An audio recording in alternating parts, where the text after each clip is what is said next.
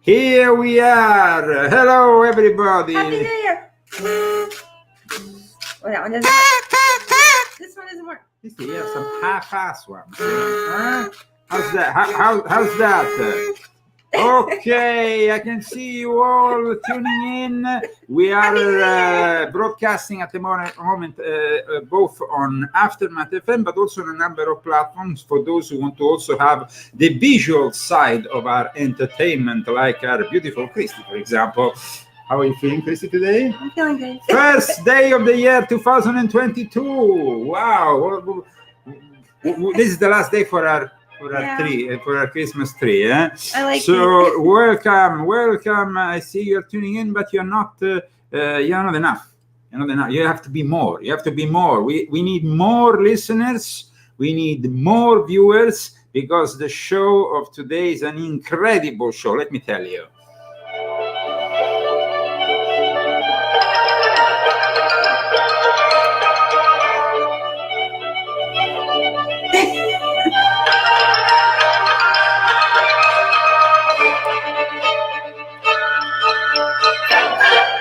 Okay, 2022. What a year! I would actually like to have also the visual side. Those who are tuning in through the radio, they can't see the visuals. They lose part of the effect of the show, but actually they listen to the content, which is very important. That's why, for those who don't have time to just sit down and view us, you can download the app. The Aftermath FM app. First day of the year 2022, and we start, of course, with this incredible predictions by the usual Nostradamus. We have already all over the place people who are talking about it. We want to talk about it because apparently they're terrifying, Casey. They're terrifying. Right. Terrifying 2022 predictions revealed, including World War III, an alien invasion, a new virus pandemic. Well, maybe it's the old one and he's just late. and then we have those who say instead there's going to be the rise of the robots, cryptocurrency. I mean, there is various ways of interpreting Nostradamus quatrains. This part of his prophecies that were written almost, not quite, 500 years ago. And it's incredible also how we have other clairvoyants, prophets, and mediums that are envisioning for this year natural disasters, water crisis, alien invasions, and much more. It all goes in line, by the way, with the release of my next book. Next book, are you ready? Yeah, are you ready? Show it. We want to thank our graphic designer, who, after intervening yesterday on my Italian show, he lives in Italy. He lives in the Umbria region, in central Italy. He has basically come up with the most incredible book cover for volume 7. Remember, guys, this book is going to be a masterpiece. I'm really working on it really hard. And now that I have also, let's say, the encouragement, the visual encouragement of this graphic, I'm really, wow. Wow. I'm struck by the in-depth, because here you have a lot of details, a lot of symbols. We're going to analyze them, of course, when the book is finally out. For the moment, I want you to prepare for volume 7, but I also want you to purchase the other books that precede volume 7. And that's, of course, volume 6.66, our current bestseller. Volume 5, which is a great book too. This is with an additional 120 pages from the past edition, which of course discusses also the current pandemic. And it was done a long time ago, but everything was pretty correct. Then we have volume 4, which is very important if you want to understand also the connections between the Jesuits, the Sabbatean Frankists, Hello, Christy. How are you? Huh? How are you? How is everything? It's good if you put me on the screen. Oh, well, we cannot I like the avoid book, putting though. Christy, but the cover is great. It's Christy, really good. I It's cover really you with the good. book. The He's book amazing, really. He's amazing. Vincenzo Viceversa, great graphic designer, an artist, a truly illuminated individual who has come up with always with the perfect covers for our books. Then we have, for those who are interested in Christie's books, volume 1 and 2, because a lot of people say, how did you meet? How did you two meet each other? How did you start knowing each other? Well, all of this is written in these books that Christie has written and published, volume 1 and 2 of Confessions of an Illuminati Princess. With these books, you are actually helping the show. You are helping us move forward. And for those who, of course, have already the books, but still want to help us out, what do you advise them to do, Christy? Maybe a donation through Cash App? Yeah, Cash App. Or, We have been banned from PayPal. It's important that all of you know how evil is PayPal. They removed 6 accounts, both belonging to me and my wife. We are basically not welcome any longer on PayPal. What do you think of this, Christine? Not surprised. I'm not surprised. You're not surprised? You're not No. surprised?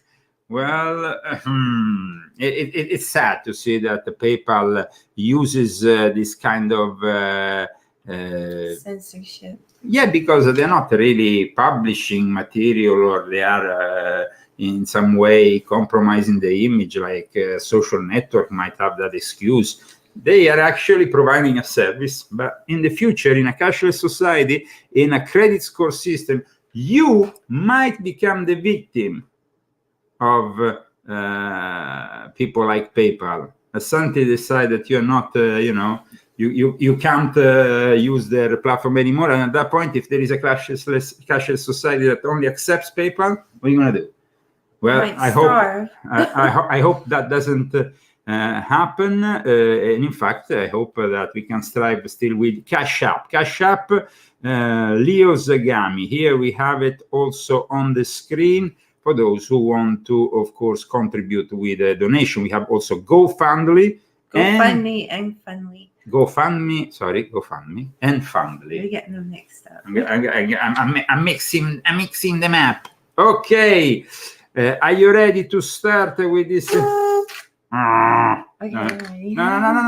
I think you should do an opening speech, Christy. In the meantime, for this, what you will like people to say on this first day, maybe what is your New Year's resolution? We're going to be receiving phone calls later on, and we're going to be discussing with all our viewers and listeners what is their New Year's resolutions after we finish with all the doom and gloom. Of course, that precedes everything, because it's part of the show. Amen. Okay, so what is your message in the meantime? A positive message, whatever message you have for 2022 for all our viewers. Well, I hope that we're all healthy and positive, and we can look at each new day that God has given us with gratitude. And my New Year's resolution is to try to help more people to find God. That maybe some people don't have God, like they don't have a relationship with God. And I would just, if I can, try to help people to maybe get closer to God. I know a lot of people that watch the show are already close to God, but there are a lot of people that aren't, and we should try to help them. And so that's what I want to do, is try to help more people to find God, because He's so wonderful. And it's such a great relationship to have if you have a relationship with God. And so, it's just so much happiness, and to have that in your life and in your heart brings so much joy. And that's what I hope for everyone. So that's what I wish for 2022. Do you like Richard Wagner? I do. I think that for this apocalyptic scenario, nothing is more suitable than Wagner's Funeral March. I know it's a little bit heavy. Okay, on to the doom and gloom. On to the doom and gloom. On to the doom and gloom. Well, we have to hear. We have to be knowledgeable. So. Yes, we have to, eh? We must. We must be knowledgeable. We must be knowledgeable, eh? But let's see what happens here. Okay, ladies and gentlemen, welcome to the doom and gloom. Is arriving? Is arriving? Is not arriving? Is arriving. Is arriving. Okay. So here we are. Wherever you are in the world, now it's 2022 all over the place. Yeah? There's nobody who's still in 2021. That's it. We were amongst probably the last ones to enter 2022. Huh? I'm drinking a protein drink. I know. Because you didn't have time to eat your breakfast. Yes, I've been preparing this extraordinary show. Okay, so here we go with the doom and gloom. New pandemic. Okay. The biggest concern about this new year is, of course, COVID, but there is also the possibility of new strains. This is a ongoing bacteriological warfare. And Paul Hunter, a professor in medicine at the University of East Anglia, said the virus is here to stay. Ultimately, he said, we will see more waves of infection over time, but each wave will be less of a pressure on the health service. Finally, they are saying maybe that in 2022, we're gonna declass this whole mess to a common flu. That would be a good thing, but I doubt it's gonna happen. I doubt it's gonna happen. Happy New Year, everybody! Somebody is wondering, but why you so doom and gloom? It's the first day of the year. No, because with Leo Zagami, we like to be realistic. And we like also to surf this end time scenario with a smile. I'm smiling. I don't care. I smile through it. You smile through it? I live with you. So. That's okay then. That's okay then.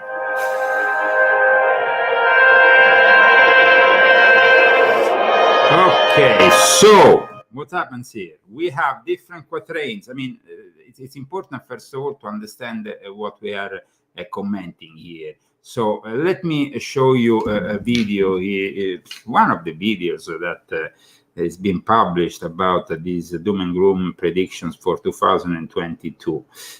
Because, of course, we are not the only ones talking about it. Welcome to the Leo Zagami Show, Saturday, the 1st of January, 2022. 2022.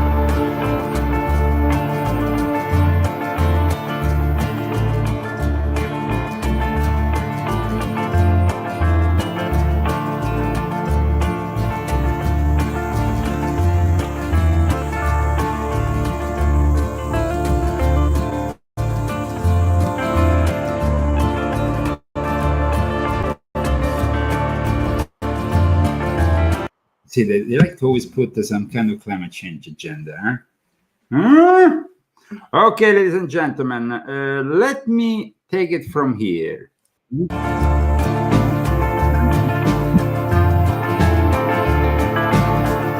Welcome, everybody. This is the Leo Zagami Show. Of course, everybody's on their own interpretation of the Nostradamus facts and predictions for this 2022. That sounds pretty bleak, by the way. Let's hear another more synthetic description of what might happen. Want to know what kind of potential calamities could be looming for next year? One famous astrologer has you covered. Keep watching to learn about the bleak predictions Nostradamus had for 2022. For centuries, the more superstitious corners of popular culture have been obsessed with the prophecies of a 16th century French astrologer and soothsayer known by his Latinized name, Nostradamus. 4.5 centuries after their publication, the soothsayer's quatrains, or poems with 4 stanzas, are still analyzed and debated. Believers say at least some of his predictions have come true, such as poems that supposedly predicted the Great Fire of London or the death of Henry II of France. Skeptics point out that prophecy is an inexact science, and that Nostradamus' writings are vague enough that you could look at some of his poems and tie them to just about anything, even unruly apprentices. I'm going to leave now. Wait! What? Okay, now go. Okay, bye! Buy Apple stock. Regardless of your take on the seer's purported prophetic abilities, it does appear that his poems mention a few things that, looked at in the right context, we may have to deal with in 2022. Part of one Nostradamus quatrain appears to reference food shortages, and it's a rather bleak prediction that ends with cannibalism. So high the price of wheat, that man is stirred, his fellow man to eat in his despair.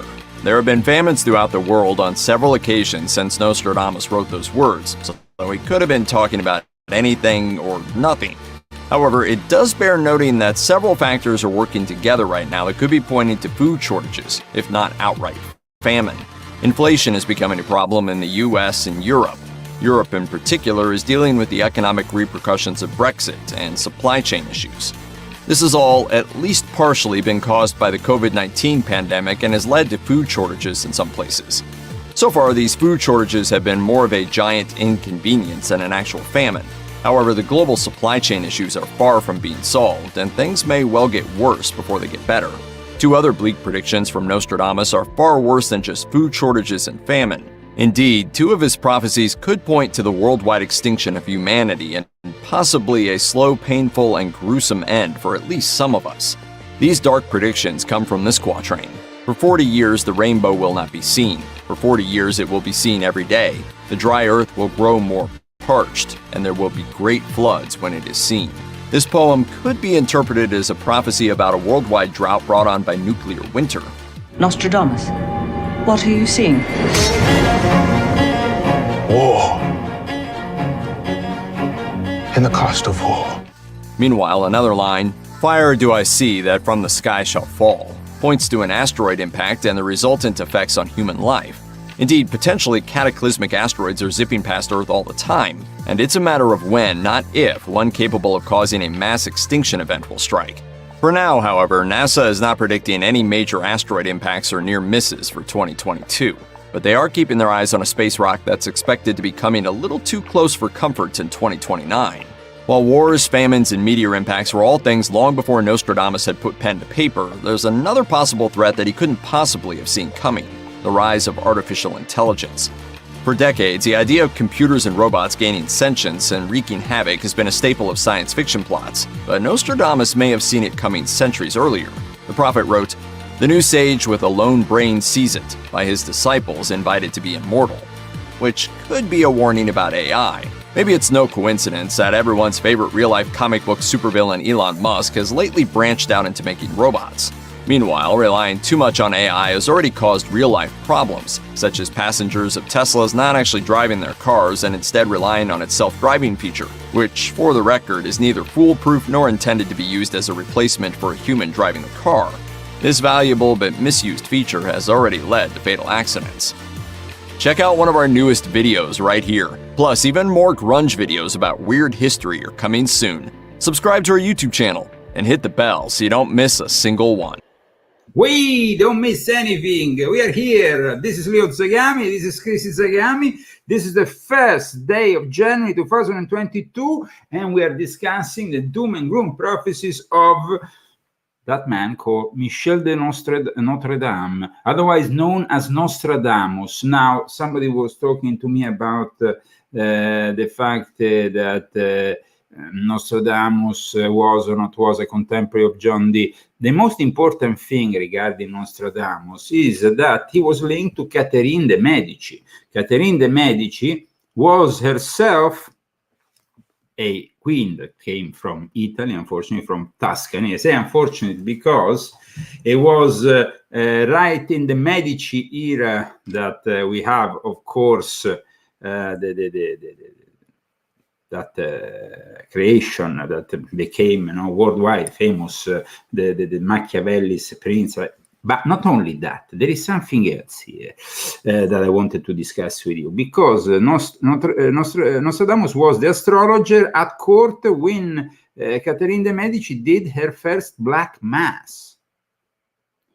The first Black Mass in history, as I explain in volume 6.66 of my Confessions, right here, was made by Catherine de' Medici. So, for those who want to know a little bit more about this dark side of things that might also in some way be connected to Nostradamus, here I have the illustration of Cosimo Ruggeri and Catherine de' Medici, Artisanal 20th century. This is volume 6.66. So, if you want to know the Medici family, of course, in some way, people know about Nostradamus because of his quatrains, but he was also some kind of physician, healer, reputed though a seer, a very important one. He was invited in 15. Christy, what happened here? What happened exactly? A bottle of water seemed to have fallen off somewhere.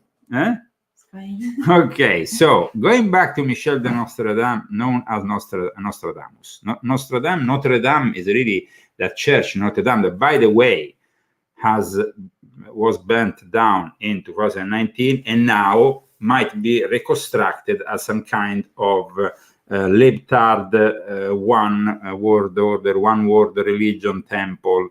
Going back to Nostradamus, after his education in Avignon, he studied in Montpellier. These are places I know very well because my father used to bring me every year to Montpellier. And he was kind of fixated to go in all these places. They have also a connection, though, to the Knights Templars, by the way, these places in France. So, Nostradamus, in 1555, completed the first part of his book of prophecies that was to contain prediction about important and often disastrous events from his time back then to the supposed end of the world. These prophecies were grouped into centuries, not centuries in terms of years, though, but in terms of there being 100 cryptic and obscure quatrains in each century. These quatrains are 4-line poems written in a cryptic mixture of French, Provençal, Italian, Greek, and Latin. So for me, it's actually rather easier to go directly into the Italian versions and quatrains to analyze better this situation. I would say that definitely there is something happening this year in 2022. It's not an ordinary year. The predictions, though, of Michel de Nostredame are, of course, making the headlines. From the Daily Record, which I'm going to show you now, to the New York Post, to, I think it's that time of the year, though, no, Christy? They like to take out but it's also true that things have gotten quite apocalyptic lately. Isn't that the case? Especially the last couple of days. Why did I ask about this? What happened? That fire. The fires in Colorado. Now, we're going to be discussing the fires in Colorado because you used to live in that area. I no? did. I lived in Longmont. And you used to live in that area. I want to show these articles that are coming out. Here we have terrifying predictions revealed, including World War III, an alien invasion, and new virus pandemic. And this is not the only. Then we have the New York Post here, more grim predictions also, but in some other kind of predictions because each one interprets the quatrains in a different way. Nostradamus predictions here, it says cannibals, robots, and the rise of cryptocurrency. So definitely there is nothing really positive about this 2022. But we should make it positive for ourselves. And we need to survive all this. So that's why I have prepared volume 7 of my confessions, which is both a traditional Zagami Illuminati confessions book, which, of course, in some way pertains of my experience within these secret societies, within the New World Order, but also wants to be a preparatory manual for what's coming. The title of the book is From the Occult Roots of the Great Reject to the Populist Roots of the Great Reset. Somebody is saying, where is the dog? The dog sleeps. He comes out only at the end of the show. He's not a dog. He's not a dog. He's not a dog. A little creature of love. He's over there. He's a little creature of love. He's snoring. You might be able to hear him. Yeah. So all this, of course, this year that is coming, that is starting now, it's not even coming, it started. So we are officially on day one of this doom and gloom scenario. The prophet of doom himself, Nostradamus, was far from a sunny outlook of the future, Christy. I'm sure that you find some similarities with me, in a way. Huh? No? Why you laugh about that? I just never really listened to Nostradamus. No, I always changed the channel because I didn't like the way it made me feel. So I just didn't listen. Okay. It didn't make me feel very good. Okay. So I live my day every day, but now. I don't worry about what. Well, but soon, yes, but soon, from probably next week or the week after, you're gonna start editing and working on my book. That's fine. I learn a lot. You learn a lot from my books. I do. And they have always, in a way, exactly pinpointed. No, your books. When I read your books, I get excited.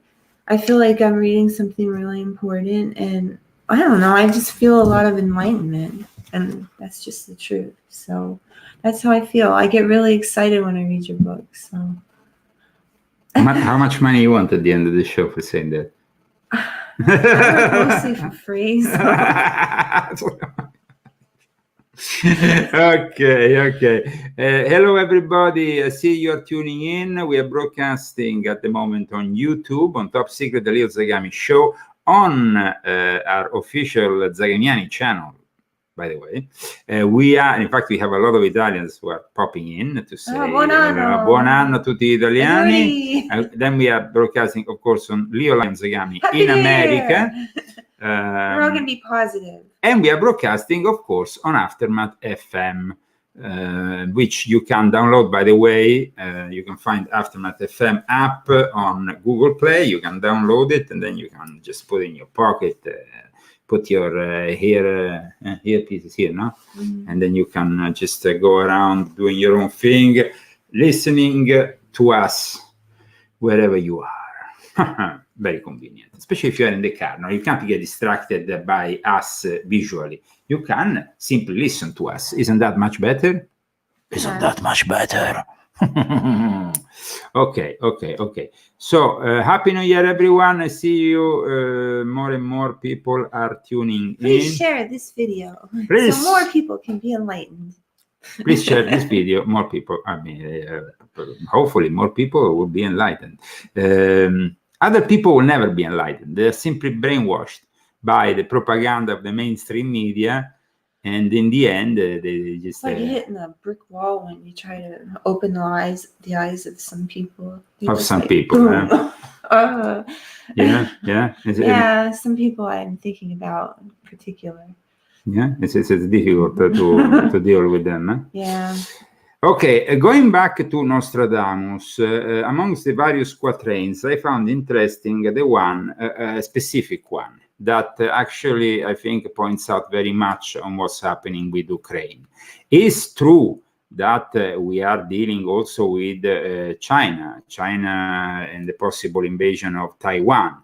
The fact that there might be, though, an invasion of Ukraine might bring Europe into a nuclear war scenario, a unprecedented scenario, first of all, because already Russia is closing the gas and limiting the oil export into Europe, and that is growing the price, making the prices rise very high. Italians, for example, I make an example of Italian because I'm Italian now. We lived there for so many years. Now they will be paying 50% more electricity and 40% more gas from this month. Oh my God. That is the kind. It was already high. It was already high, and now it's going to be even more high. So that is a little. So, like when we lived in Subiaco, when we used to go to Rome, it used to cost. You used to say it cost like $50 to go backwards and forward. It costs $60, 50 okay, euros. It costs $30 each way, and so now it's going to cost $120. Yeah, it's going to cost even more. So I don't know. It's just crazy. I don't know. And then it's getting colder. I mean, we're not. I don't know for regarding the gasoline. What kind of? I think they have some kind of limitations. So the prices are already up. I think the prices are mainly going up for the gas you use for warming the home and for the electricity. So there is definitely this prediction, this 40 years, the rainbow will not be seen for 40 years. I mean, this is kind of pointing on some kind of... Is he always right, though, this guy? Well, it needs to be interpreted. Some people say that he has said absolutely nothing because every year, we go into the analyzing Nostradamus, but the critics of Nostradamus, of course, have a different view. And then God doesn't ever tell the future. And so, who's Nostradamus talking to, really? Well, but I mean, the clairvoyants, the mediums, or even the Oracle of Delphi predicted the future, but they are not necessarily in contact with the God. That's what I'm saying. But if we want to go to somebody who has... let's say, a more skeptic point of view, we can go to this website I found that has a more skeptic point of view regarding Nostradamus. We can go there if you want a second, just to show you what they say. Well, it's always good to see what the other side says, no? So, here we have, this is what Nostradamus actually predicted, and I'm putting it on the screen. Here we are. Seems like signal this morning is not that great. Okay, and of course these websites sometimes have a bunch of publicity you have to just remove before you can even check out anything decent on them. This is what Nostradamus actually predicted that will happen in 2022. And still there is a good dose of doom and gloom. It says here, if you spent enough time on the internet towards the end of the year, you'll probably come across a fair few. This is what famed astrologer Nostradamus predicted for next year. Articles. It happens every year. I mean, like we said. But let's say that in the last few years, they're becoming more ominous. However, let's see what this article says. A lot of them tend to make out like the predictions are set in stone, And though Nostradamus was sat in the 15th century, 1500, sorry, writing, and in 2021 you'll be dealing with COVID, which is going to be an absolute nightmare. But brace yourself, because in 2022, Chris Pratt, I don't know here what they're saying. By the way, Les Prophecies 1555. At the end of the article, he basically he goes on the human extinction. We are predicting stuff you'll be never be alive to see. That's what he says, but whatever. Robot crisis, climate crisis, famine, blah blah blah. And in the end, they say the great thing about predicting the future for Nostradamus, I guess, is the vaguer you are, the more right you can be about a larger number of topics. It's why horoscopes don't say things like "look out for that Lego brick, little Daniel left on the stairs on Tuesday," or you are in for a world of pain. Instead, opting for sentences like "the sun in the harmonic aspect will make you."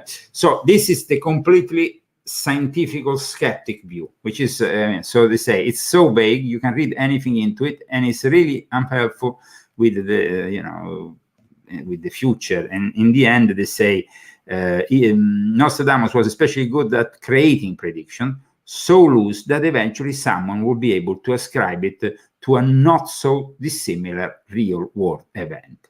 So in the end, they say the answer to the title is what Nostradamus actually predicted for 2022 is nothing. It's kind of like scraps it off altogether, and you have a tranquil, more, but the signs are all there. Unfortunately, they're all there. And also in that propaganda machine, predictive propaganda, I will call it a predictive programming propaganda machine, which is Netflix.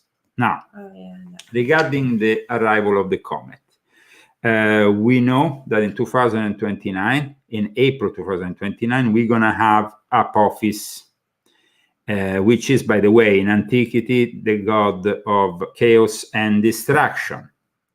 Apophis arrives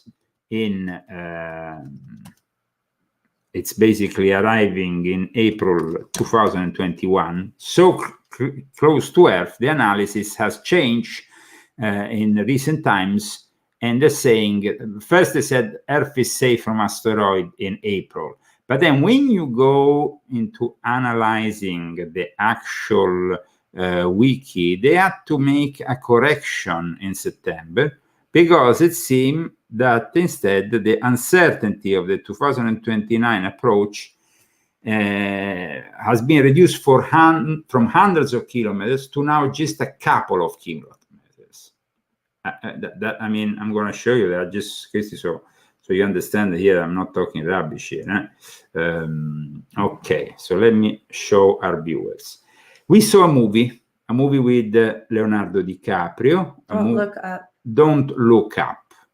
Apart from the way they portray the patriots, because it's implicit in the movie that the president, even if it's a woman and really sounds more like Hillary, they make her look like she's some kind of Republican, and they made the whole patriot movement look like a bunch of fools who don't look up while the comet is about to hit them. I think that the rest of the movie is actually pretty pertinent to this situation. We had recently NASA that has been doing some experiments on this matter, but here we are on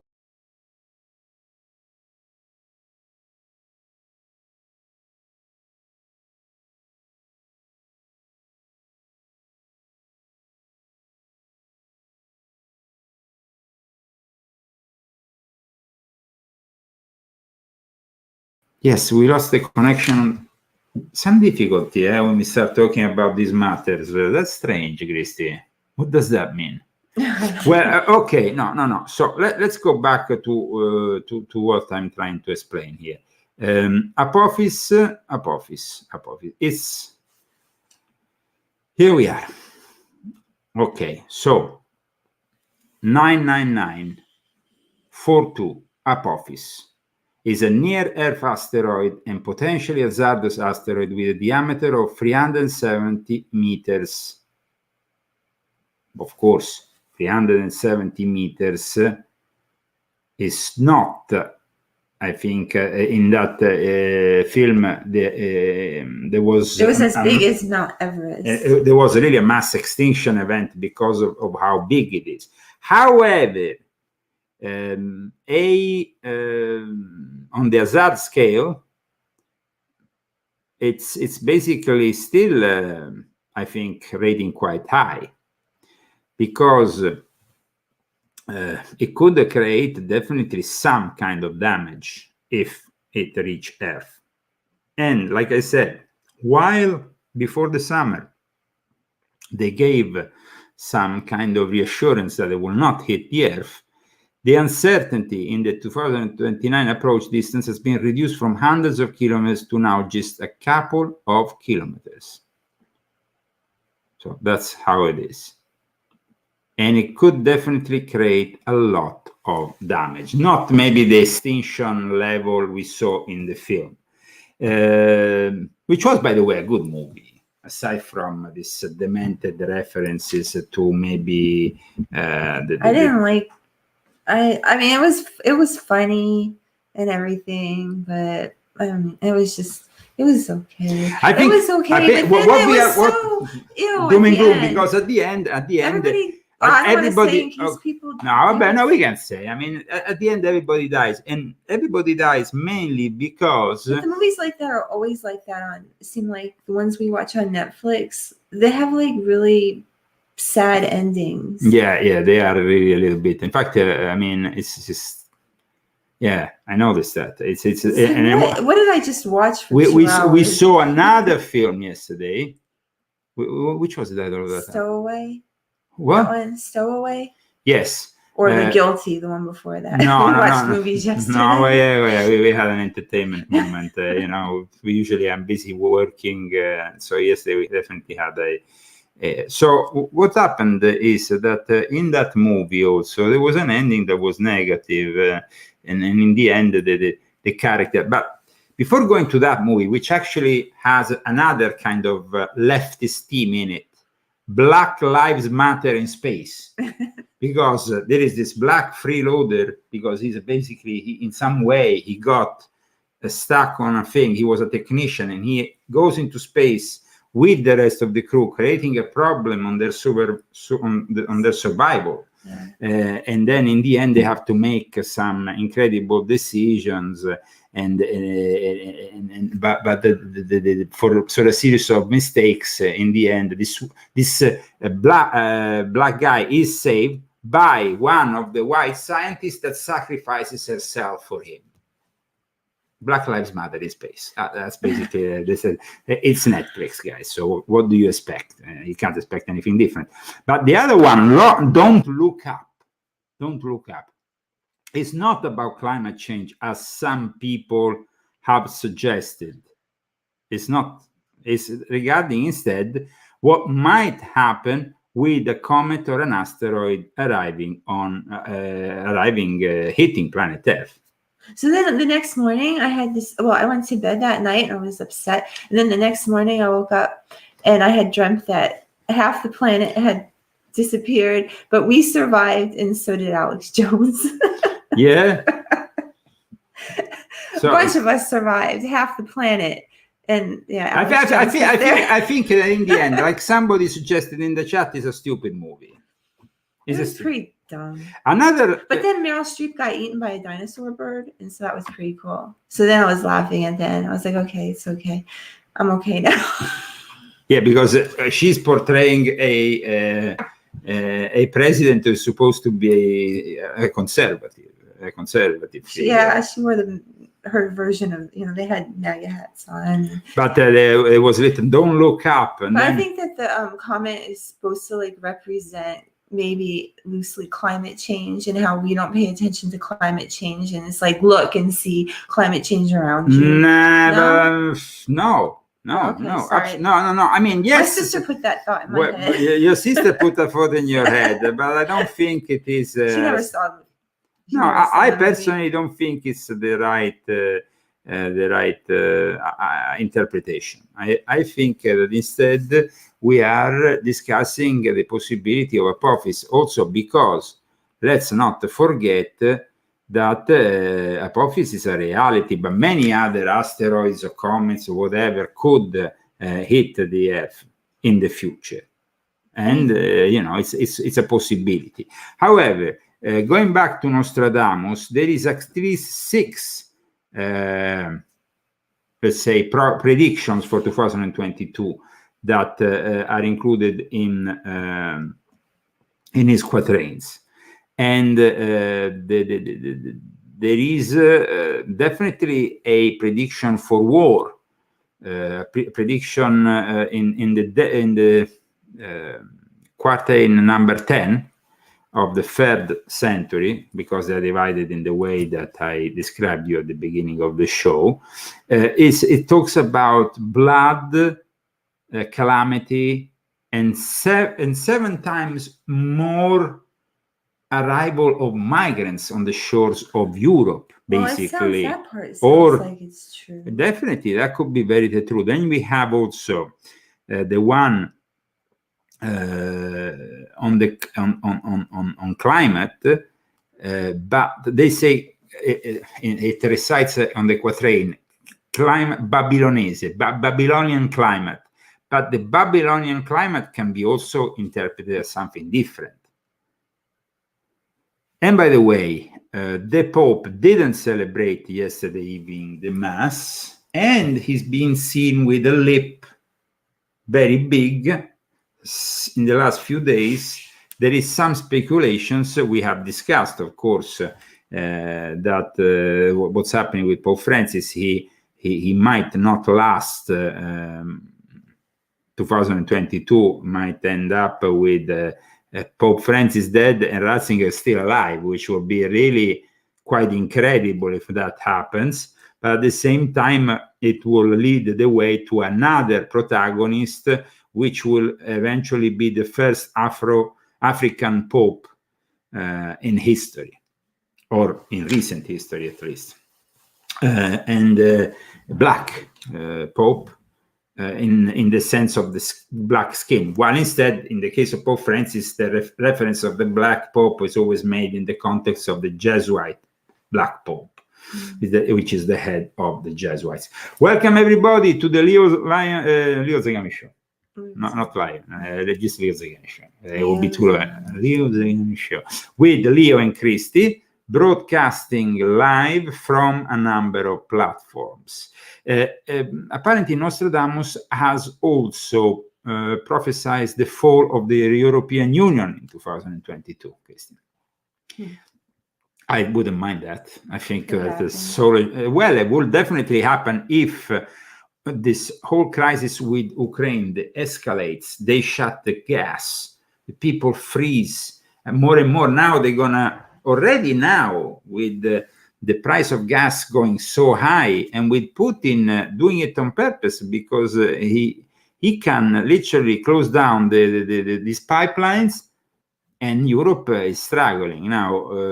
Of course, America is sending some gas to Europe to let them ease up with the price, the cost of all this crisis.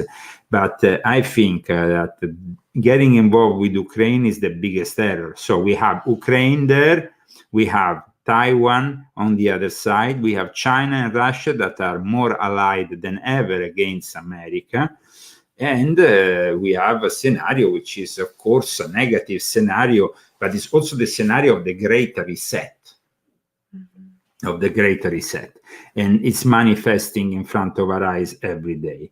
And this Great Reset, it's they want to make you abandon capitalism in favor of not owning anything and being happy. That's what is the motto. Let's say what Klaus Schwab has predicted in his World Economic Forum. Klaus Schwab was in Rome recently. Nobody has talked about this. The news didn't come out on the mainstream press. And we don't really know if he met Cardinal Turkson or Pope Francis in secret, but he was in Rome. He met with Mario Draghi, the current Italian Prime Minister, who is also a Jesuit agent. So something is happening behind the scenes with Klaus Schwab going to Rome.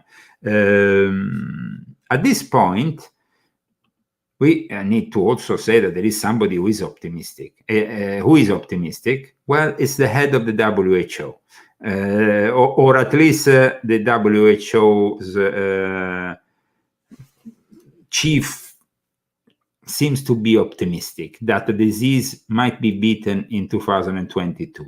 I tend to really not even listen to what these idiots from the WHO say, because they seem to really have led the world astray in matters of health.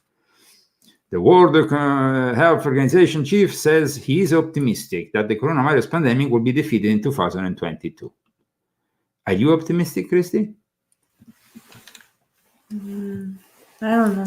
Now, in the next few weeks, they are, of course, giving us these new pills.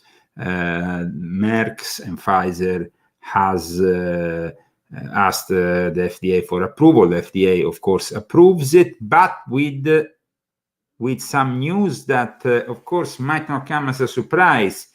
It's apparently these medicines they have created for COVID are very dangerous.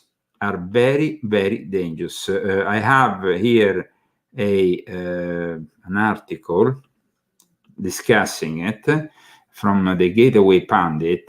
Says, surprise, FDA warns, here we are, warns that Pfizer experimental COVID pills cause life-threatening reactions when used with many common medications. So, I mean, it's like really incredible how, I mean, they have give us so much rubbish concerning ivermectin, concerning hydroxychloroquine, all the rest, and now they're pushing on something which has limited amount of experimentation, of course, and it's already said to be very dangerous in its interactions. That's not very good. Let me tell you, that's not very good.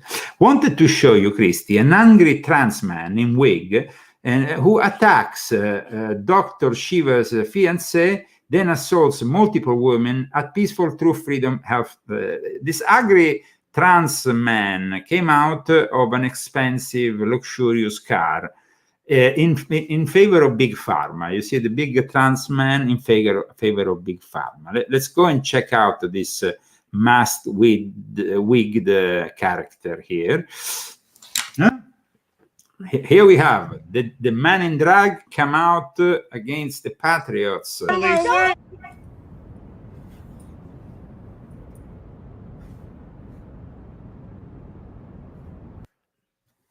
How's that? Huh? Guys, ladies and gentlemen, you want to have another look at it?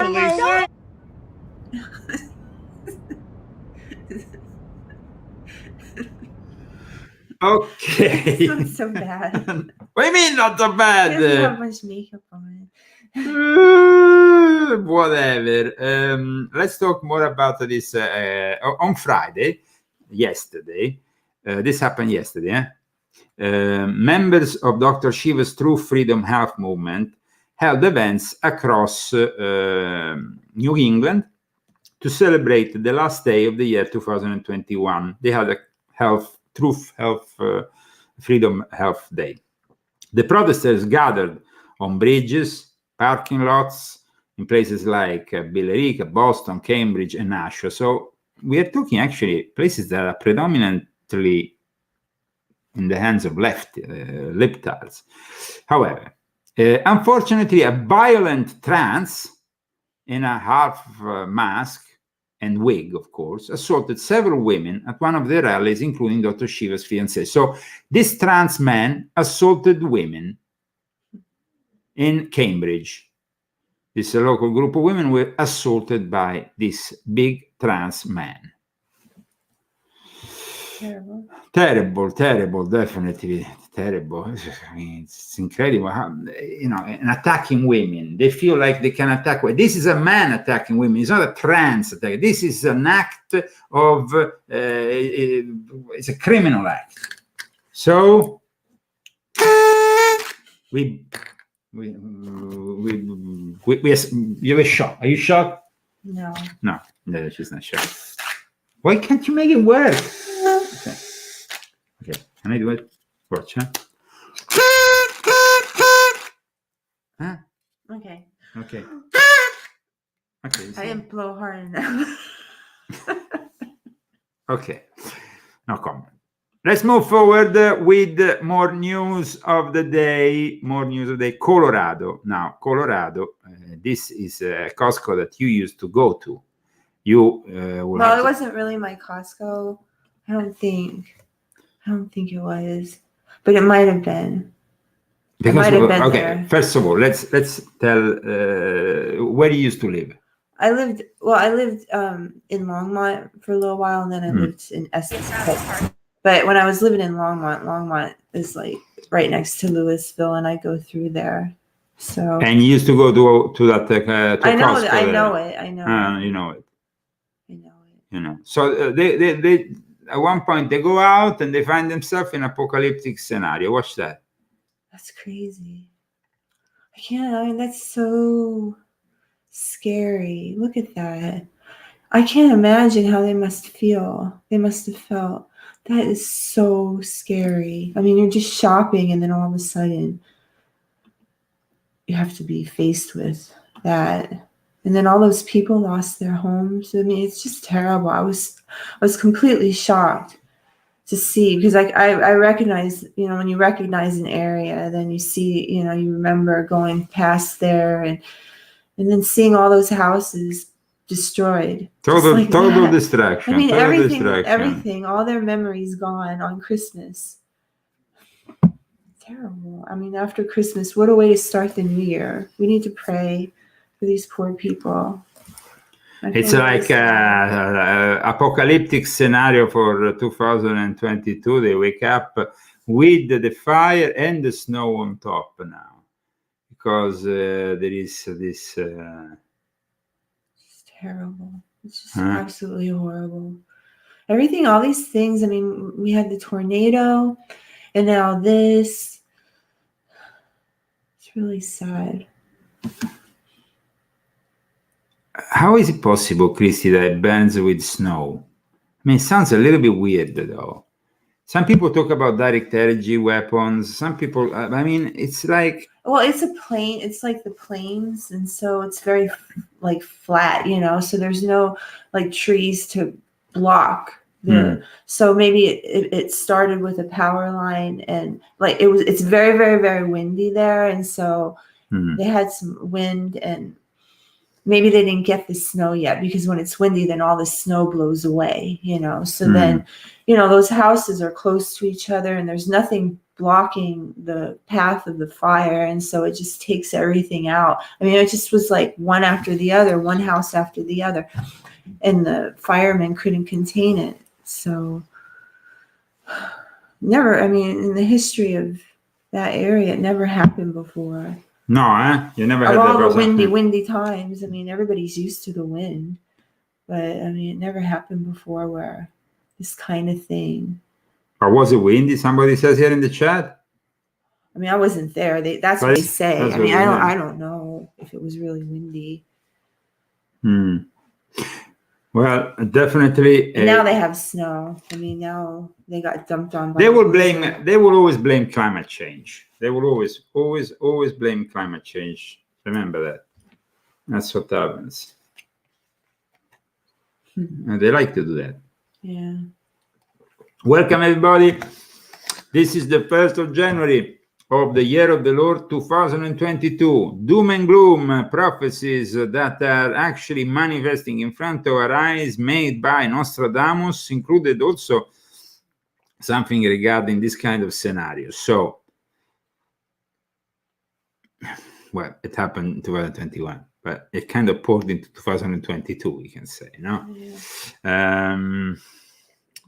It seems, though, a little bit of a piloted scenario, especially when it hits a place like Colorado, which is, after California, the most libtarded state. Pretty is, yeah. Pretty much. Okay, welcome. We have a lot of people tuning in. Christy, say hello to everybody. Yes. Share this video, subscribe, like the channel, do something positive. It's inexpensive. Like it, share it. Doesn't cost anything. And then we can bypass the shadow banning, the censorship, and whatnot. Leo, out of curiosity, what made you decide to migrate to California? Why not say Pennsylvania? Because I want to fight the enemy in the most influential state, because it's from, like I will explain in volume 7 of my confessions, I felt a little bit like when the scientists are drawn to discover the origins of a virus. In this case, they should go for the specific one to Wuhan. They went there, but China didn't collaborate. We didn't plan on coming here. We didn't plan to come here. It was like a divine intervention. But in divine intervention, because in the end, I felt drawn, though, for years to move here. We had come here before. Because I wanted to really fight the enemy where he is manifesting itself. And there is two places really that influence the world more than any other place on earth. One is Rome, with the Vatican, Jesuit headquarters, and the whole lot. And the other one is Silicon Valley in California. And on top of that, California, here, the Mojave Desert, was the place where the interdimensional doors were opened up by Crowley's disciples, Hubbard, Parsons, and this is a bit different, though, here, like where we live. It's a bit different than like the other part of California. Absolutely, because we are about to face the desert. Absolutely. Somebody says, I look like a barman, gin and lemon. Well, that's great. No, you don't. No gin and lemon. Gin and lemon was actually my grandfather's favorite drink. He used to just every day at 5 o'clock on the spot, Henry, my English grandfather, gin and lemon before his game of bridge. I was very traditional. Huh? Okay, guys. I think you look like a martini shaken, not stirred.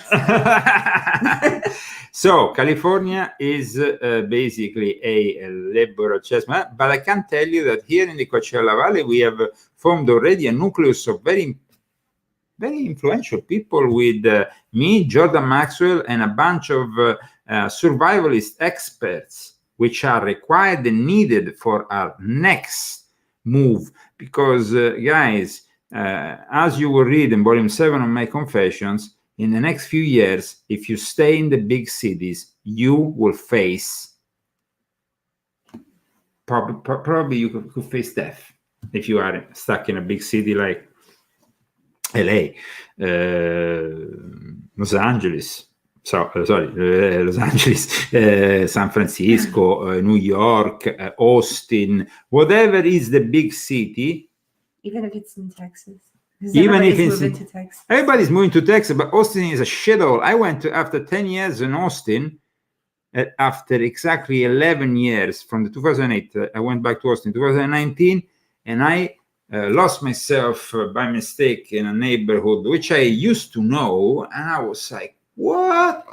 I was driving, Christy. I left you home that day because I was going to the InfoWars studio, and I was like, this city is really sucks. It's not the city of before. Absolutely, it's not the city of before. But it's not the city it used to be. So all the smart cities of the future that will include all the big cities. That's why the libtards have, like vultures, taken control of all the big cities. First of all, because they have the potential to control the states. Because you see, Las Vegas became libtard. Next thing you know, Nevada is libtard. The same can be said for big cities in Arizona and in other parts of the US. They are like vultures, like predators. They get control of these big cities because they want the electorate. They don't care about people scattered on a big No, they care about votes, rigging possibly any election that they might face, and it becomes more easy if you control the big cities. On top of that, there is also the fact that we are now in 2022 with a political party, the Republican Party, which has yet renewed itself with Donald J. Trump, who has made great things during his presidency, but is very disappointing now. He has jumped on the vaccine bandwagon. Well, he has created the vaccine. Yeah, well, like, I used to really like Melania, and I was following her on Twitter. I don't use Twitter that much, but I share his articles, and I was following her. And then the whole thing came out with her eyes. She put this painting out, which is I think it's like a digital art. And then it was made you only can buy it with cryptocurrency, and it completely turned me off. I mean, first of all, it's so it's really vain to think that people want to have this picture of your eyes in their house, and then with all the problems people are having with money and everything, that they're going to spend money on this. Of all the things she could have done, Somebody's talking about January 6th was a setup, indeed. And that was cryptocurrency, I just don't understand why she's pushing it. When Donald Trump said that he didn't like it, that he liked the dollar. Now all of a sudden she's pushing this cryptocurrency, which I'm totally against. So, I mean, I just don't feel right about it, and I don't understand why she's doing this. And so it turned me off to her. So now I'm not following her anymore. That's it, Melania. You lost Christy as a follower, a very influential one. Not really.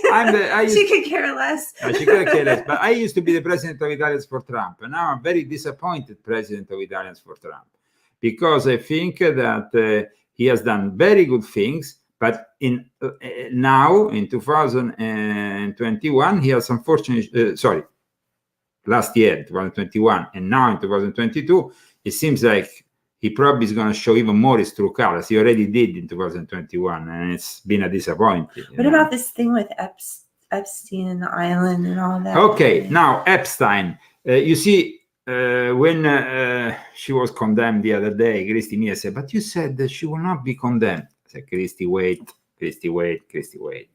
and see, because she's very powerful, and it's all very calculated what has happened with Ghislaine Maxwell."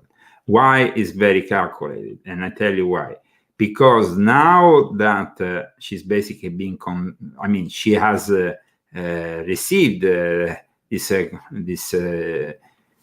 she has basically faced a court that has condemned her, but what's going to happen with the sentence is decided. That's another thing. It's a completely different thing there.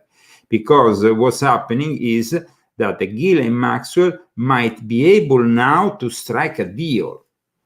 And that is really what she's pointing on. She wants to strike a deal. So what's going to happen?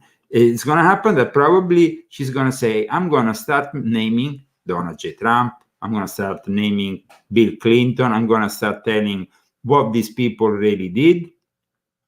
So there is a speculation, and it's not me who says it, but even The Guardian, that she will be able to cut some kind of deal in exchange of information on this or either her silence on, because the FBI went and took from Epstein's residency a lot of material which has been secreted.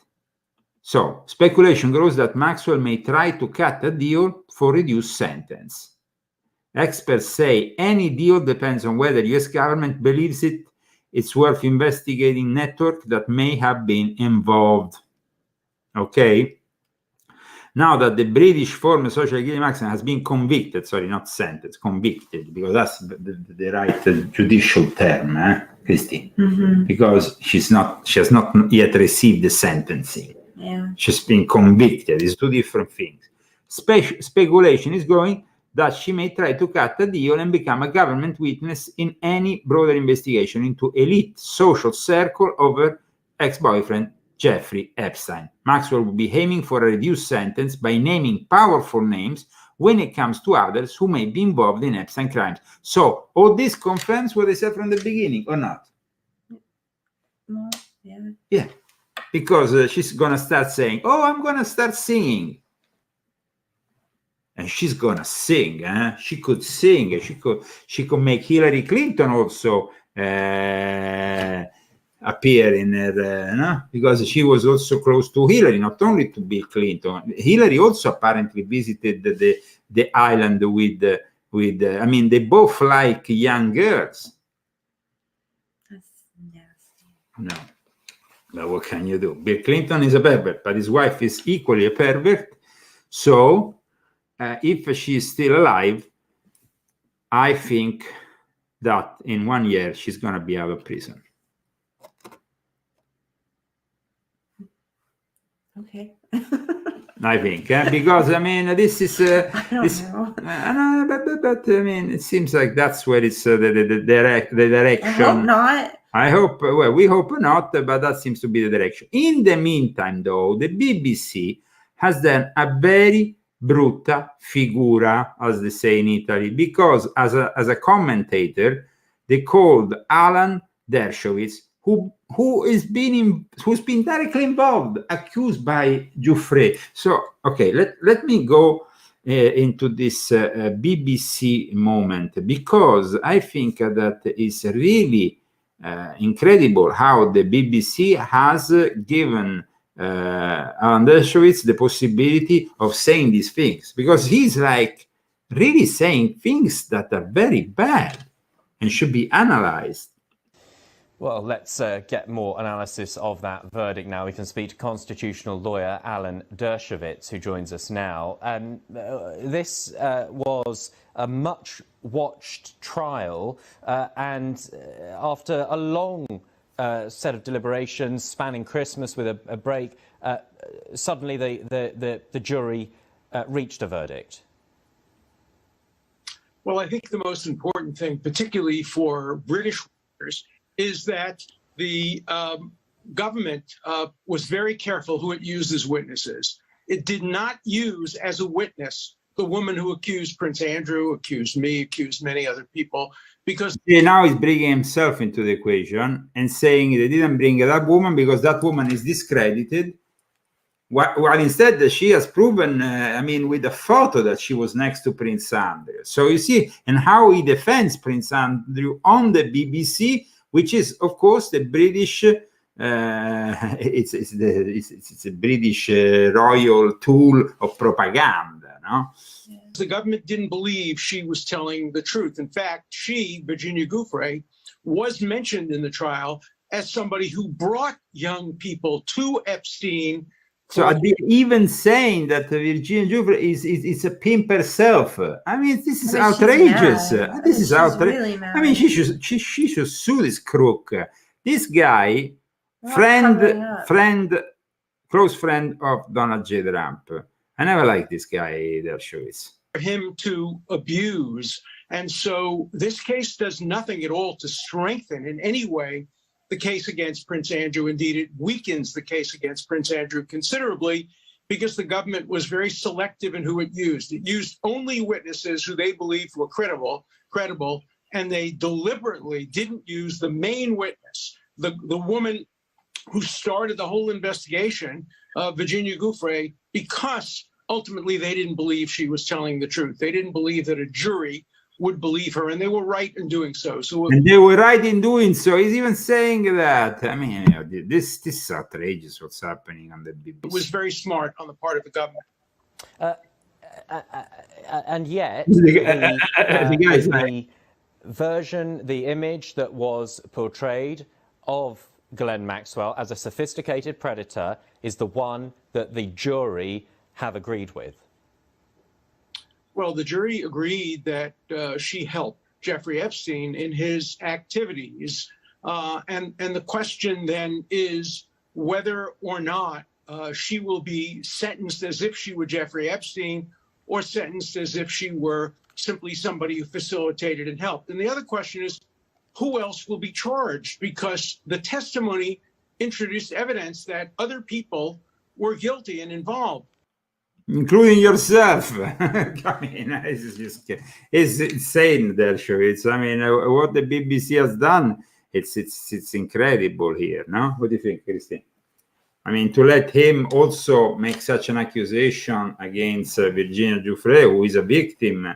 Maybe your cousin there in the Andrew, palace is a little bit. Andrew is Prince Andrew is pulling the strings. You remember that right at the start of this crisis, I gave a phone call to Prince Andrew. I wish we still had that. Yeah, okay, it was a great call. I mean, I guess that the number must have changed by now, probably. Okay, welcome to the Leo Zagami Show. 16 minutes past the hour, wherever you are on this planet called Earth. 2022, this new year. It's going to be a great year. You see, it's not going to be a great year. Well, how can you go into the year thinking it's going to be a crappy year? I mean, you have to be... Okay, you can have a positive approach. I'm going to have a positive. Okay, I understand. You must have a positive approach, but you can't... you can be positive and still be aware. You can't elude yourself. I'm not eluded. I'm not. Okay. As the apocalypse unfolds... What am I supposed to go cry in a corner? No, absolutely. Remember, guys, in less than 15 minutes, we're going to open the phone lines and we're going to start the phone calls. But before that, we have more news. What about that guy? Which guy? The guy with the tiger. Okay, yes, the guy with the tiger. That was pretty incredible what happened there.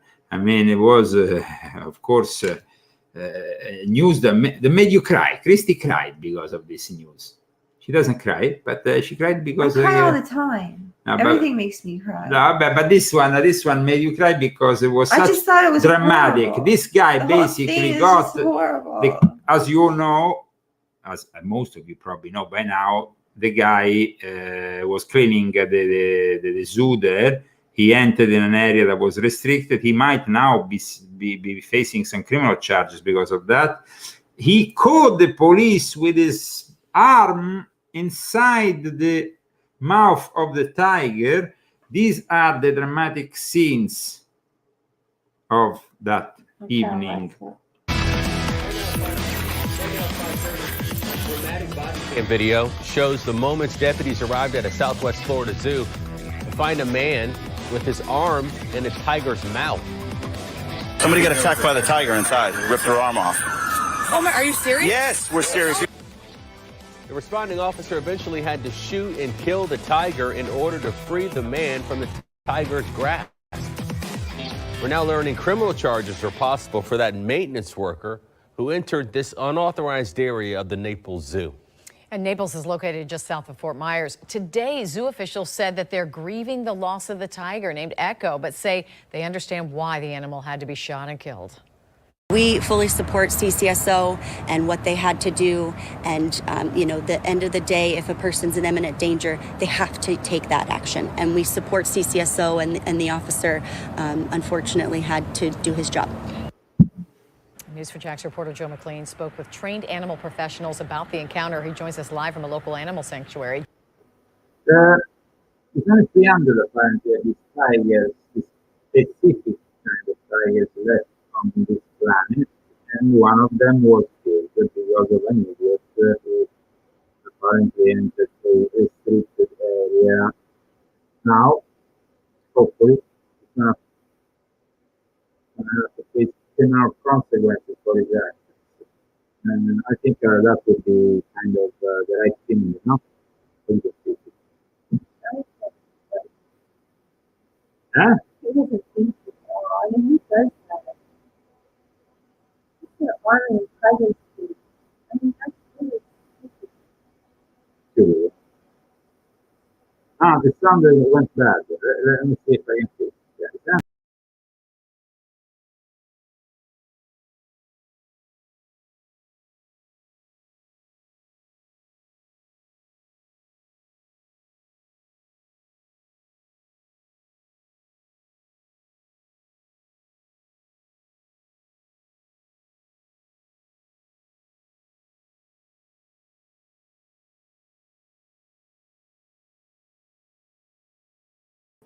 YouTube and Facebook. Here we are back. Are we gonna take callers now? Are we gonna take callers? 10 minutes still before the calls. We have still a bit of news, including finally Dr. Fauci admitting something. He never admits anything. This time, though, he admitted something regarding the relationship between children and COVID. He finally admitted that the children who are in the hospitals often are admitted with other pathologies. They're not really called in for COVID. But the other important thing is that if you look at the children who are hospitalized, many of them are hospitalized with COVID as opposed to because of COVID. And what we mean by that, if a child goes in the hospital, they automatically get tested for COVID, and they get counted as a COVID hospitalized individual, when in fact they may go in for a broken leg or appendicitis or something like that. So it's overcounting the number of children who are, quote, hospitalized with COVID as opposed to because of COVID. See? Yeah. Here we are. Leo and Christy, the Leo Zagami Show, every Saturday morning from 10 a.m. PST to 12 p.m. 12 p.m. PST. Yes. I started with one. No, it goes. 2 hours of fun. Fast 2 hours. It goes fast 2 hours with the Leo and Christy. So enjoy the show. Spread the news about the show and support the show with a donation through Cash App, as we no longer have PayPal, Fundly, or GoFundMe. These are, and there is also the possibility of buying a book, which is always welcome. They are books who are definitely made to stay in your collections and be cherished, because they bring a lot of information that you can't really find so easily online or anywhere else. And yours are prophetic. I mean, your books are. They are. They are. They are quite prophetic. So we are about to publish Volume 7 in a few weeks. I think probably in a couple of weeks we should finally be able to publish it. Today we showed to all our viewers. Of course, we can't show to our listeners on the radio, but we can show to our viewers the cover of my new book, which has been just produced and finished. This is the cover of my new book. Watch it. Not bad. Not bad, guys. So good. There's a lot of really symbology, a lot of details in this cover. We have to thank our graphic designer, Vincenzo Viceversa, for this great creation. And soon you will be able to enjoy this new book by Leo and Zagami, and you will be able to find it on Amazon, amongst other things. And it will be our first book that will have a hardcover. So. Yes, another thing. This is going to be the first book that has the hardcover option. We have done this experiment for the first time it's with really great. With this book here.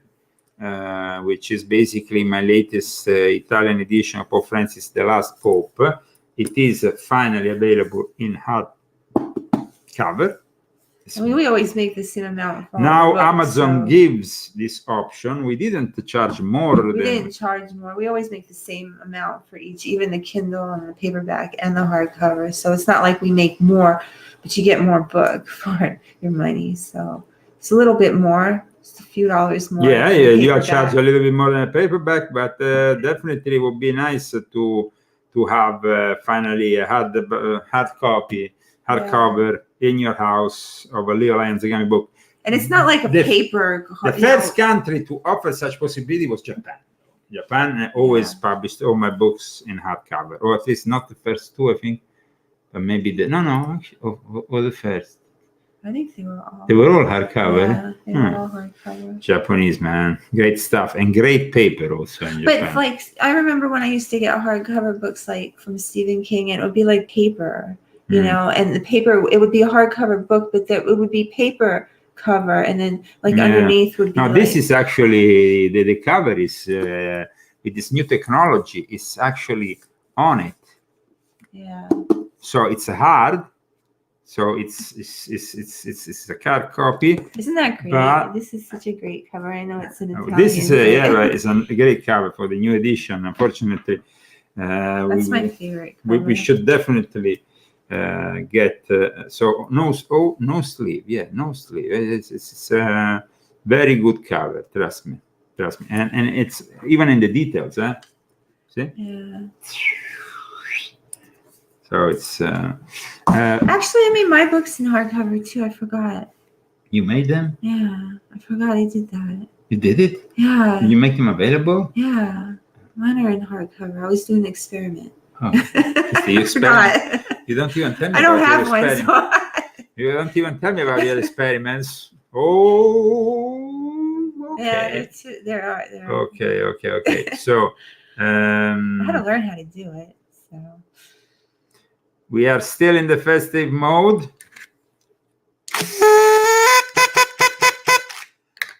While Americans were traveling, a guy from El Paso going from, Americans have been traveling, Yeah.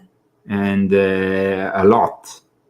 But at one point, I remember you sent me an article of a guy who was basically stopped and started a fight. How did that happen, Chrissy? Did you follow that story? Because I remember you sent me. He was on. I think it was a Delta. I'm not sure. He was on a Delta flight. I think it was. Delta. I found it. Was it Delta? Oh yeah. A Delta passenger punched an officer after being denied boarding because staff said he was too drunk. So if you're too drunk, you can't go on a plane these days. If you're visibly drunk, I guess. So if they say I think it's always been like that. Yeah, but now things are getting worse. Apart from the fact, mostly why? Because they are stressed out with the fact they have to go on a plane, like they go into some kind of hospital with masks and everything. Yeah. And they have to travel for hours. They're already in a bad mood, then they get drunk. So they're in a drunken bad mood. And but there is also another thing that if you have the possibility of purchasing something on the plane, you purchase a drink and then you can take off your mask. So then you tend to drink more because you want to keep your mask off. So that's how it is. So he got arrested. He definitely got arrested. That's how it is. Instead, I wanted to show an article here that the Guardian has published regarding what is happening in LA, where they have activated some kind of how can you say this? It's basically they are trying to check for the people who are partying around town the drugs that contain fentanyl. Well, that's good. So they created a testing site that with the testing strips that can detect cocaine with the fentanyl or any other drug which is cut with fentanyl. Now, I happen to know people that nearly died because of that. Yeah. And we actually even had a neighbor that unfortunately died because of that. So, but he was just this really nice man, and he couldn't sleep, and so he had got some sleeping pills, and in the end, his autopsy came back, and he had died of fentanyl poisoning, which the family was really shocked about because the most he ever did was smoke a joint now and then, and I had never even smelled that. He was just such a nice man. It was really heartbreaking when he died. So, and to find out he died like that, just really, really sad. So apparently fentanyl, which started as a drug developed for cancer patients, has turned into an indiscriminate,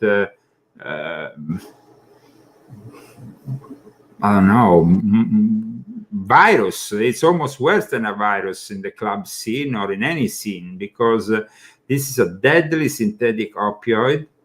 It's a deadly synthetic that can be that can kill, and it's flooding the street markets. A lot of drugs are cut with it.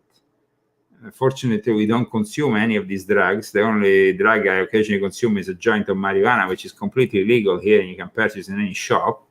But it's really sad to see how many people have lost their relatives or their sons or whatever because they are simply playing a game of Russian roulette these days when they use recreational drugs. And then these kids, they take these pills at clubs, and and then all of a sudden they die because they're laced with fentanyl. I don't even know what this fentanyl is. Yeah, well, I explained it. It's just a drug that unfortunately now... They don't mean to be taking the fentanyl, right? No, well, they cut it with fentanyl because it's convenient for them to get it with fentanyl.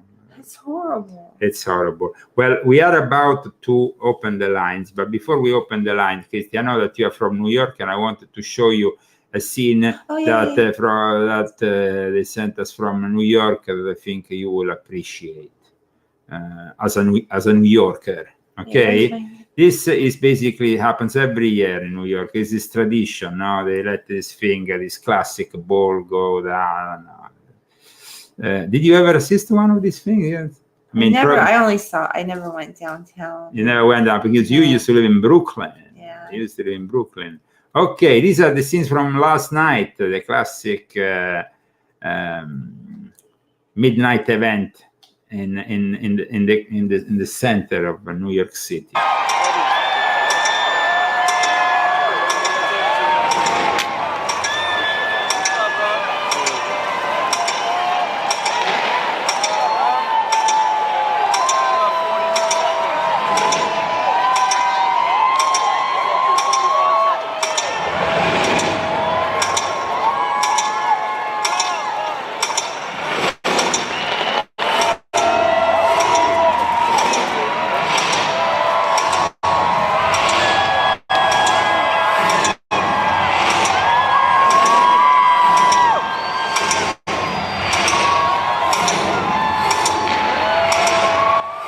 I don't know why, but this ball reminds me of the Epcot Center. It's kind of like, yeah. Ooh.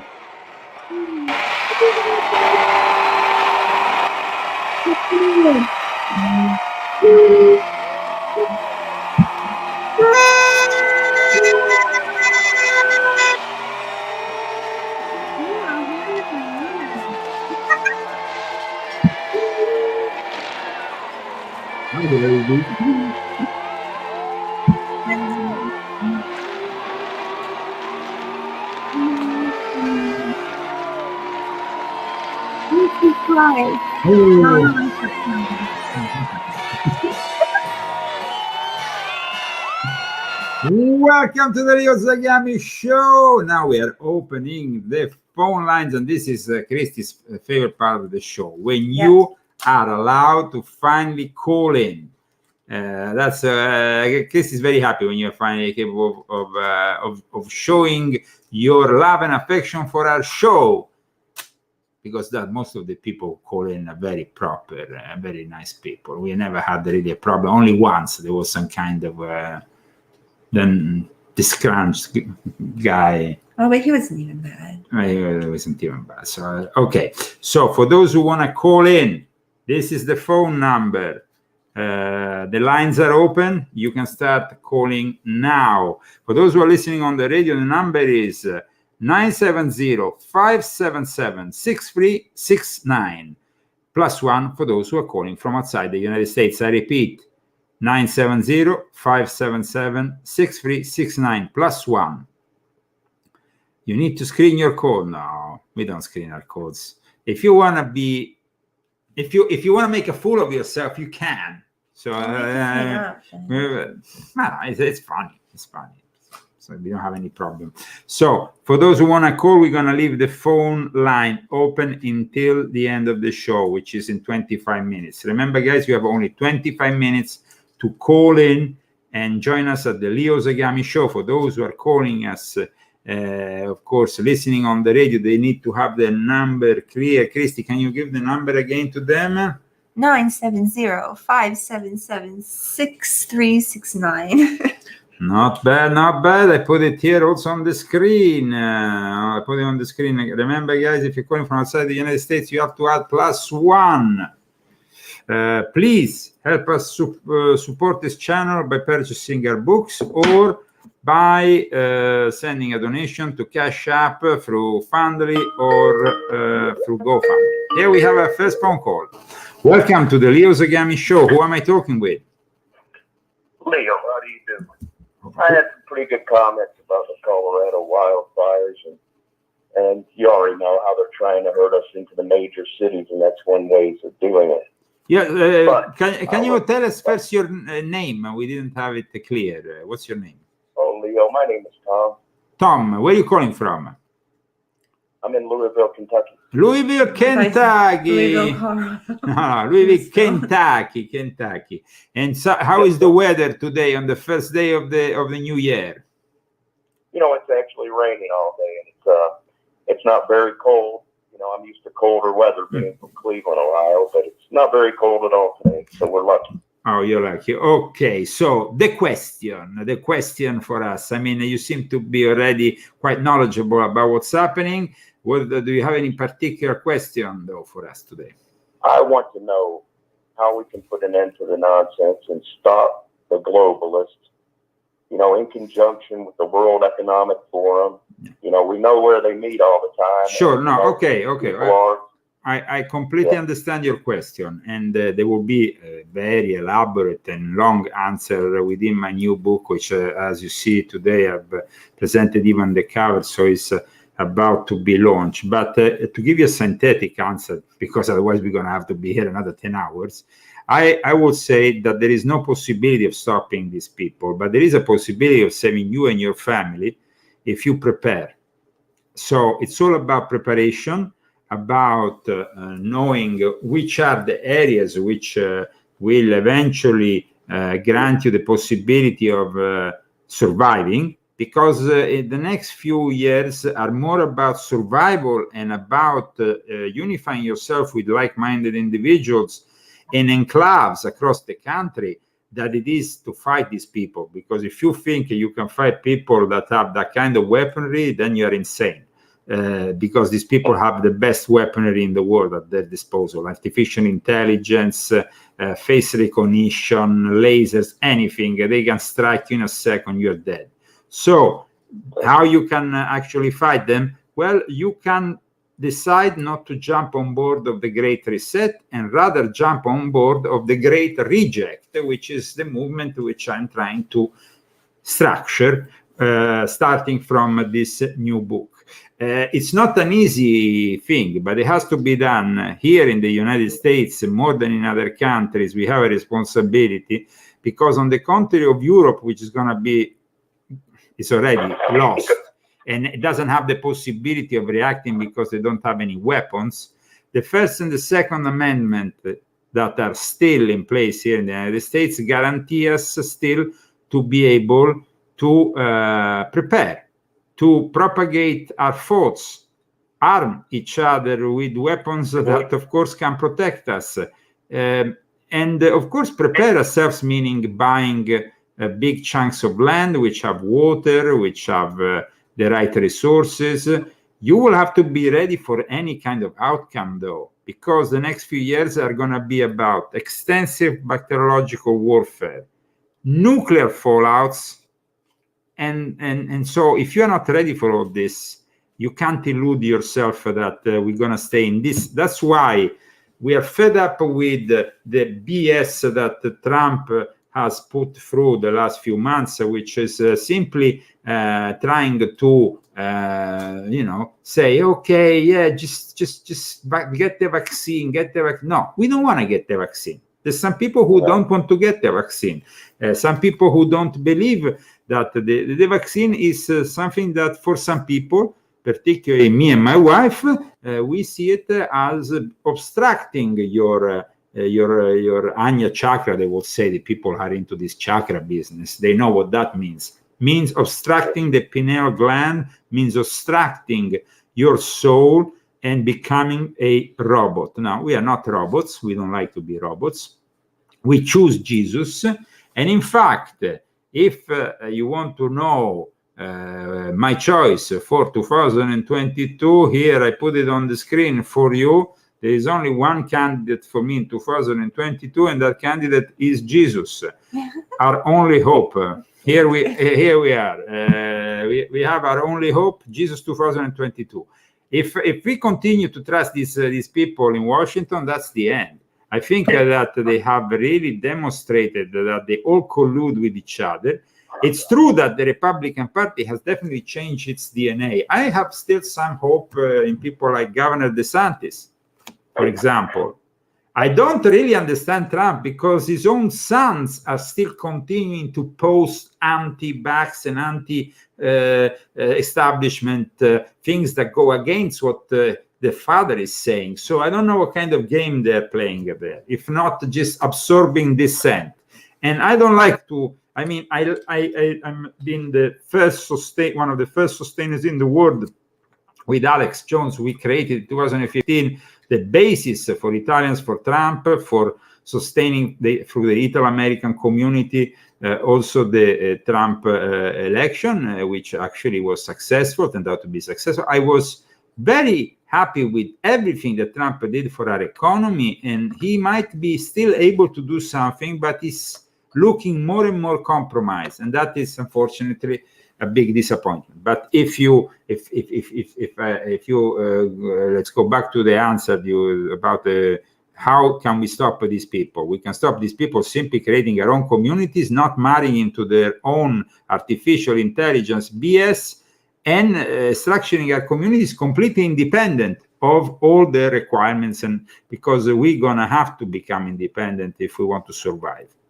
I hope that gives you the answer you because there is no way that you can say, Leo, I'm going to take an AK-47 and go to Davos. They're not going to even meet in Davos anymore. From this year, January, the World Economic Forum has decided to not even meet in Davos any longer. Klaus Schwab actually has some problems with the local, but I mean, Davos was a lot of money also for Swiss government and the people there. We're talking about a lot of money brought into the local economy there, but apparently Davos has accomplished their mission. So now they don't need any more. They have accomplished their mission with the start of this crisis. And now they are just putting in place their great reset.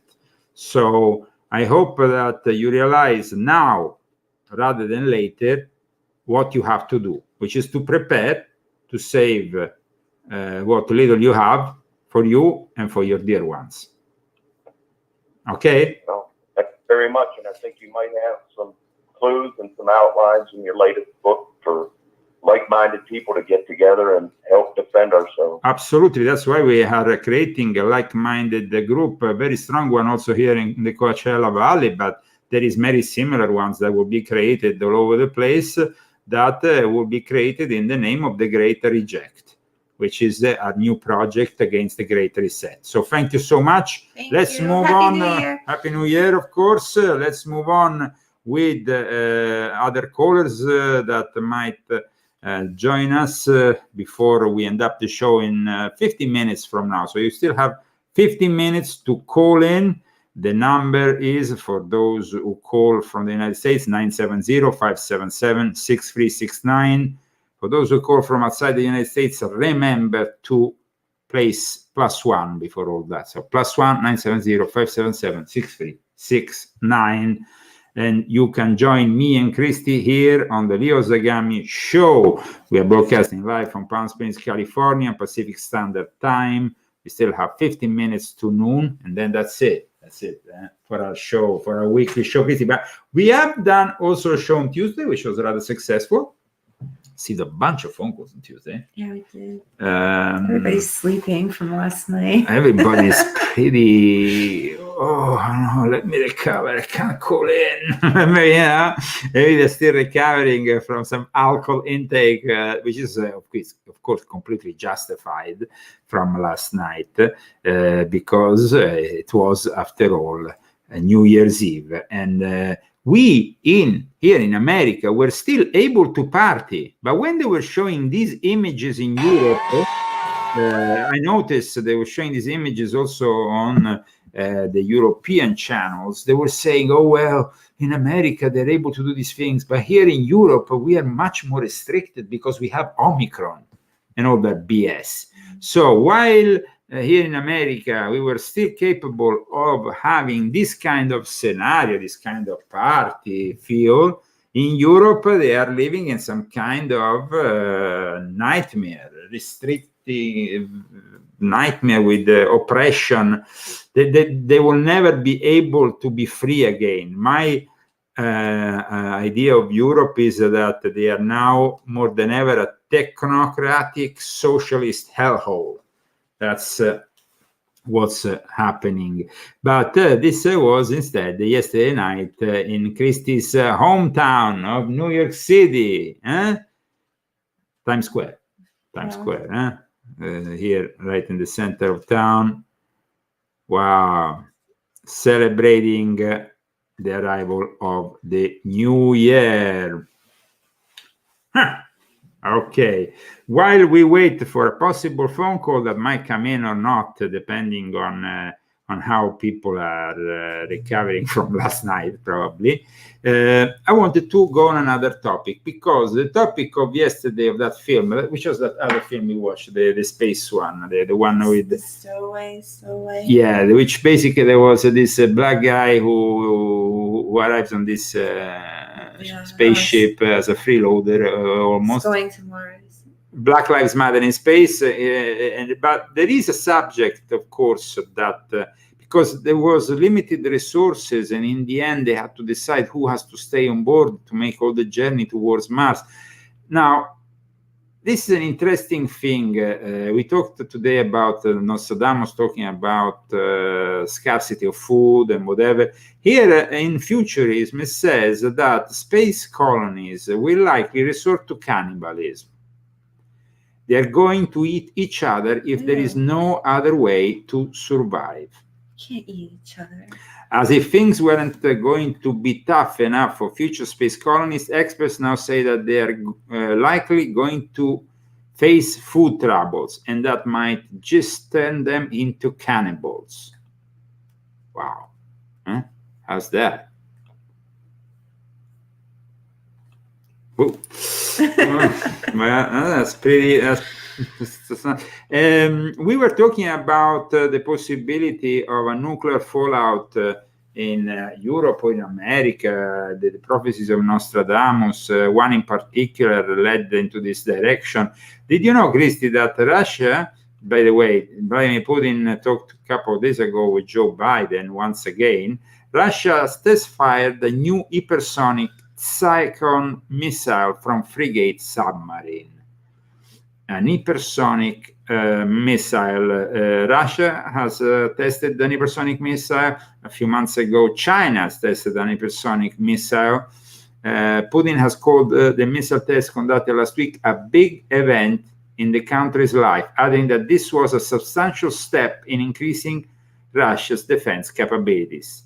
Some Western experts have questioned how advanced Russia's new generation of weapons is, while recognizing that the combination of speed, maneuverability, and altitude of hypersonic missiles makes them difficult to track and intercept.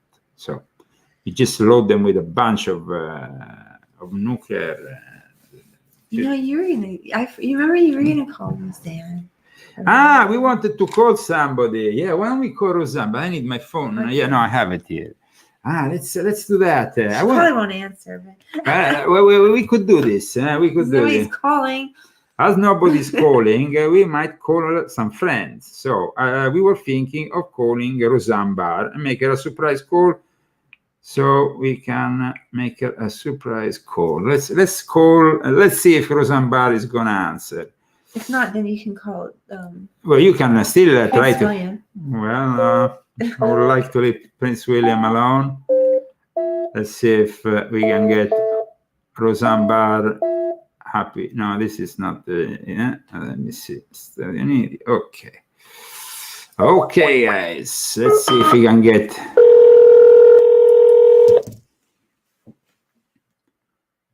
Let's see if she answers.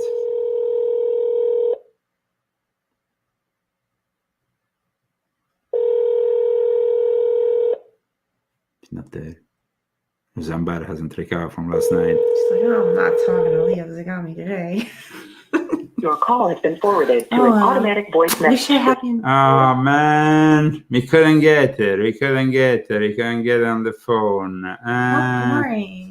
Oh well, what can you do? I mean, you can't do anything about it. Somebody wasn't around. Who you want to call? Alex Jones? He probably is not around too. I mean, these people are partied way too much last night, probably. So that's how it is. It's Saturday, so. That's how it is, you know. It's well, nothing. Oh well. Well, you can call your mother. No, I think if I go my mother, she'd probably hang up on me. Hello, darling. Hello, darling. So Novavax files data. Well, it seems like even here the arrival of the new. Somebody's calling. 9 minutes towards the end of the transmission, somebody calls. Welcome to the Leo Zagami Show. Who am I talking with? This is Kevin. Happy New Year. Happy New Year. Where are you calling from, Kevin? Los Angeles. I'm Kev. Ah, wow, Los Angeles. Everybody's calling. Well, no, just a second. Let me turn off here because I think we're having an influx of calls that comes in all over the place. My phone is even possessed. My question is, what do you guys think about the white hat that seems to take down the cabal? No, it's complete rubbish. All that QAnon stuff, come on, man, has been proved. Oh, yes. I have a friend who believes in it and believes that the Galactic Federation had come to set us all free. Okay. So let me explain what happened there. I actually have included in my new book a whole chapter about this because I think that it's about time that somebody put some sense in people that for years followed maybe people like me, David Icke, Alex Jones, and suddenly in 2017, when this QAnon phenomenon came around, they lost it. They completely lost it because it's true. At times there was an inch of truth, but there was so much rubbish, let me tell you, so much rubbish. And so I really, for all those people who talk about white, as soon as they say white hats, what we do? What's the face of Christy when she said white hats? Christy? What face do you make when you say white hats? No. I mean, it's just like so ridiculous to even think about it. Galactic Federation. Wish there was some white hats, but there aren't. I mean, I have a white suit today. My camera like dressed up with a white. Is that okay? I'm not a white hat though. I might be in a way, you know. So, but let's be realistic. The illusion that is being planted in people because of this disinformation operation has really led to a lot of problems, especially for the credibility of our war against establishment. So we need to go back in the reality of the now and fight the system, which is already the conspiracy in front of us is big enough not to add this rubbish. So thank you very much for making us to giving us this question today. Hello, welcome to the Leo Zagami Show. We only have 6 minutes, so we are running through calls. What's your name and where are you calling from? Joe, Florida. Oh, Joe from Florida, welcome. Do you follow often the Leo Zagami Show? A little bit here and there, yeah. The first time I actually saw you was on the InfoWars, so I just want to say, hey, Happy New Year and God bless you and your wife, man, and hey, praise Jesus because He is the Lord. Absolutely. Jesus is definitely our best choice for 2022, 2023, 24, 25, 26, and forever. Yes, and do you have any question for us? Not really, man. I just wanted to encourage you. I thank you for your work, and I thank you that God's using you, man, and that you keep on just like you're doing, man. Thank you so much. Christ, like you said, and amen to you and your wife. Thank you. Hey. God bless you. God bless you, and God bless all of Florida. What a wonderful state. What a wonderful sunny state. We have still 5 minutes, Christy. We might be able to take another couple of calls if we are if our listeners are quick enough to call in right now. I'm sorry, guys, that we don't have such a we don't have all this technology, so we kind of like at times scramble here, one call, then the other comes in and put it all together. But we are trying to do our best. And please support us with Cash App, Fundly, GoFundMe, and especially the purchase of our books or the books of my wife, my books. Right Here, books of here, book, volume 4. These are all books that are very important. Now, in volume 4, I talked about a movie, Soylent Green, which, by the way, in Italy was renamed Survivors 2022. Because Soylent Green, 2022? yes, Soylent Green was actually based in 2022. That was a pretty dystopian. Again, watch it again because we already watched it. I like it. It's a good movie with a great Charlton Heston. And so, if you want to know more about my own experience with Soylent Green, which is a movie I saw when I was in this very young, in the 70s, then I saw again when I arrived to Norway. People were talking about it a lot in Norway. I remember many years ago talking about the subject of Soylent Green. Now more than ever, with Bill Gates talking about eating steaks coming out of thin air, coming out of some kind of whatever, and the weird use of some algae that can be transformed in protein sounds a little bit too close to the reality of Soylent Green. A lot of people from Italy tuned in. Italiani, I will be with you soon. I'm starting the Italian show soon. They are ready. They are recovering from last night, by the way. They're recovering from last night. Me and my splendid wife have had the honor of entertaining you for the last couple of hours. You can also encourage us to also maybe come on the air more often with your contributions. If we see that there is some donation, I think we will come back also on Tuesday or Thursday, but depending, because I can't take time off completing my work on this articles book too, and other articles dedicated to this show. So I mean, we are trying. Usually what happens is you do the article and then they read it like at InfoWars, and then you end up going on InfoWars. And if you don't do the articles, then usually you don't end up on InfoWars. So lately you haven't been doing the articles because we've been doing shows, and then you've mostly been writing your book. So that's which is good, because the book that I'm about to bring out is a bomb, really. Yeah. So I'm really happy with how the book is. I can't wait to read it.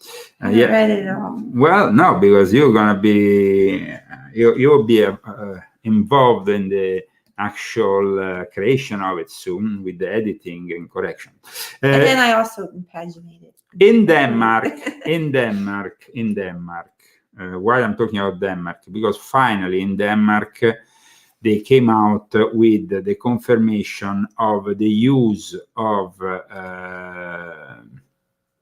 hundreds of orphans, torturing them with experiments that were linked to MK Ultra. Now, this confirms what my friend Thomas Hall many years ago, because these assholes had locked me in there in Scandinavia when I went against their local satanic lodges. And now it's all confirmed that the Central Intelligence Agency was secretly behind these experiments that went on also in Norway, not only in Denmark, by the way. Yeah. Thank you so much, guys. It's time for of course, our farewell. How you gonna say? Farewell. I thought you were going to do James Bond. Oh well, we can do this. James Bond. Who is James Bond? I thought you were going to do James Bond. I know, but who is James Bond? I don't know. You're the... Okay, guys, take care. Hey, Streaming is disconnected on Aftermath FM. Rambo is arriving. Rambo is arriving here. Here he is. Here we are. Here he is. The one and only Rambo. Huh? Here he is. He's sleeping. Rambo, you've been sleeping? Huh? Been lazy? He usually wakes up for the Italian show. Huh? Rambo. He's wearing his sweatshirt. Yeah, he has a sweatshirt, Zagamiani 01. I hope you enjoyed the show, all of you. Happy New Year. Bye, all over the world, wherever you are. Please remember, it might be a doom and gloom scenario, but we can still make it positive if we are positive. If we transmit positivity in our environment and we take care of our of the people like us who are like-minded, because it's difficult at times to even connect to your own family members who might think in a different way. Yeah. But you can still try to convince them. In the meantime, prepare though your exit route from this reality of control and oppression, because we will need to connect at one point together with Jesus in the end time scenario that is approaching. So thank you so much for tuning in. God bless you all. And bye, everyone. God bless you. 2022. God bless 2022. Yeah. Absolutely. Absolutely. Stay safe. I love you. From Palm Springs, California, that was the Leo Zagami Show with Christy and Leo. Yes. Oh, yeah. Oh, yeah. Bye-bye.